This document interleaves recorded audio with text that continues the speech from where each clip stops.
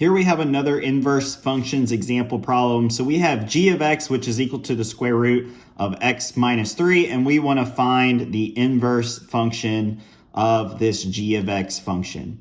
And so one thing to note is that the inverse g of x is not equal to 1 over g of x. So these are two different things. So the first step in solving this example problem is we want to replace g of x with y. So all that means is that this g of x term is going to be replaced with y. And so that is so we can further simplify and solve this expression to solve for the inverse. So the next step is that we want to swap the x term with y. So you can see all we're doing here is changing out these variables. So the y is going to become x and the x is going to become y. The next step is that we want to simplify and solve this expression for y. So the first step in doing that is we are going to square both sides to get rid of the square root. And then we are going to move this -3 or this -3 to the left-hand side by adding it and replacing it on the left-hand side.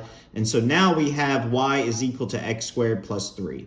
The last step is we want to replace this y variable with the inverse function. So we have this y will be replaced with g to the -1 of x, so the inverse, which is going to be equal to x squared plus 3.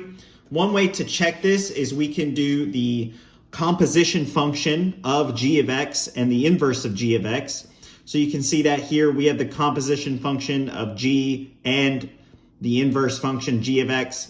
And so what we're going to be doing is plugging in the inverse function for all x terms within the g of x function. So we have our original function g of x, which is equal to the square root of x minus 3.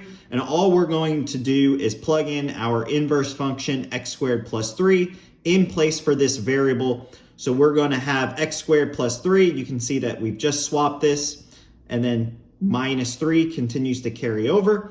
And so the first thing that we can do is we can simplify these threes. The plus 3 and minus 3 will simplify to 0. And so all we're left with is the square root of x squared. And we know that the square root of x squared is just x because the square root and the square term will cancel each other out.